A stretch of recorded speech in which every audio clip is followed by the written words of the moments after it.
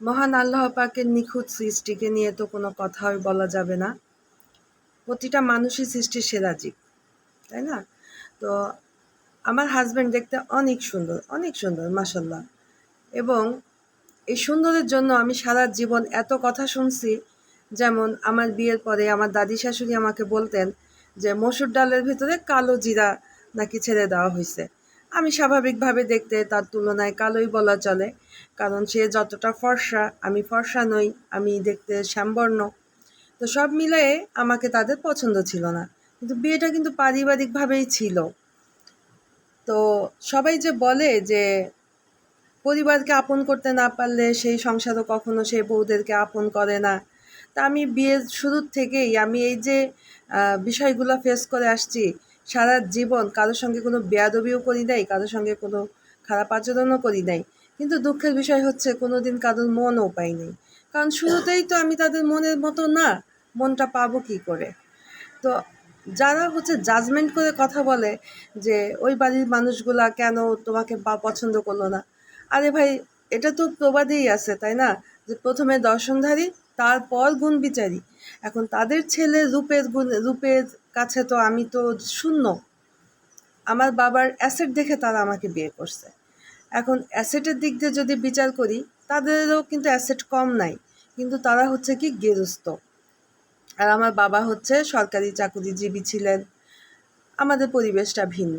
স্বাভাবিকভাবেই পরিবেশগত দিক দিয়ে যদি বিচার করি, তাদের বাড়িতে যে আমার সকাল থেকে সন্ধ্যা তাদের কালচারকে আমাকে মেনে নিতে বা আমাকে তাদের সঙ্গে খাপ খাইয়ে চলতে আমার সারা জীবন যে কষ্ট আমাকে সহ্য করতে হয়েছে, এখনো পর্যন্ত কিন্তু আমি পারি নাই।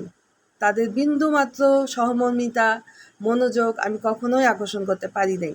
এটা হয়তোবা আমার চরম ব্যর্থতা অথবা আমার চরম দুর্ভাগ্য, এর বেশি কিচ্ছু না। আল্লাহ পাক আমাকে অনেক গুণ দিছে, সবাইকে আপন করে নেওয়ারও গুণ দিয়েছে, কিন্তু আমি তাদের সঙ্গে সত্যি অ্যাডজাস্ট করতে পারি নাই, কারণ তাদের মনের মতোই তো আমি না। অ্যাডজাস্টটা করবো কী করে?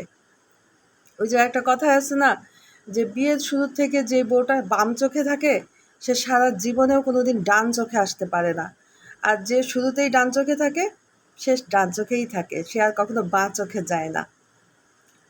তো আমি যখন গ্রাজুয়েশন থার্ড সেমিস্টারে পড়ি, তখন আমার বিয়েটা হয়। স্বাভাবিকভাবেই একটু বয়স, ওদের ওদের দৃষ্টিতে আমার খুব বয়সে আমার বিয়ে হয়েছে ওনার ছেলের সাথে।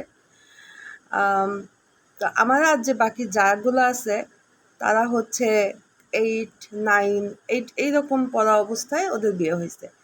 তো ওদের মেয়ে দেখা গেছে, মেয়ের বয়স এখন ধরেন 12-13 বছর, অথচ একটা ডায়লগ কিন্তু ওদের জন্য একদম ফিক্সড: ছোট মেয়ে বিয়ে করে বিপদে পড়ছি। আহারে, কি কচি কচি বাচ্চা মেয়েগুলা সংসার করতেছে, অথচ 2 দিন পর তাদের মেয়েই কিন্তু বিয়ের উপযুক্ত। কিন্তু এখনো পর্যন্ত সবাই এদেরকে এটাই বলে যে ছোট মেয়ে নিয়ে সংসার করে বিপদে পড়ছি। একমাত্র আমিই হচ্ছি বুড়ি। আমি এতটাই বুড়ি তাদের কাছে, এই বুড়িকে নিয়ে সংসার করতে নিয়ে তাদের সবচেয়ে বেশি সমস্যা হয়ে গেছে। এজন্য আজীবনেও শ্বশুরবাড়ির মন পাই নাই। আর এই মন না পাইতে পাইতেই তো 40 বছর হয়ে গেছে। মন আর কবে পাবো? আর মন পাইতেও চাই না, মন পাওয়ার কোনো আশাও করি না। এরকম যারা আছেন না, তারা জীবনে কোনোদিন কারো মন পাওয়ার আশা করবেন না। এটা হচ্ছে জীবনের সবথেকে বোকামির একটা অংশ, যে কারোর মন পাওয়ার আশা করছি। কারণ আমি তো শুরুর থেকেই জানি ওরা আমাকে পছন্দ করে না। তো পছন্দই যেখানে করে না, সেখানে হাজার ভালো আচরণই হোক, হাজার মুখের ভালো কথাই হোক, কোনোটাই তাদের ভালো লাগবে না। আমি আমার এই চ্যানেলের কথাগুলো যদি আমার ওই রিলেটিভরা কেউ শুনে, ওরা বলবে যে এই তো আমাদের নামে বদনাম করতেছে।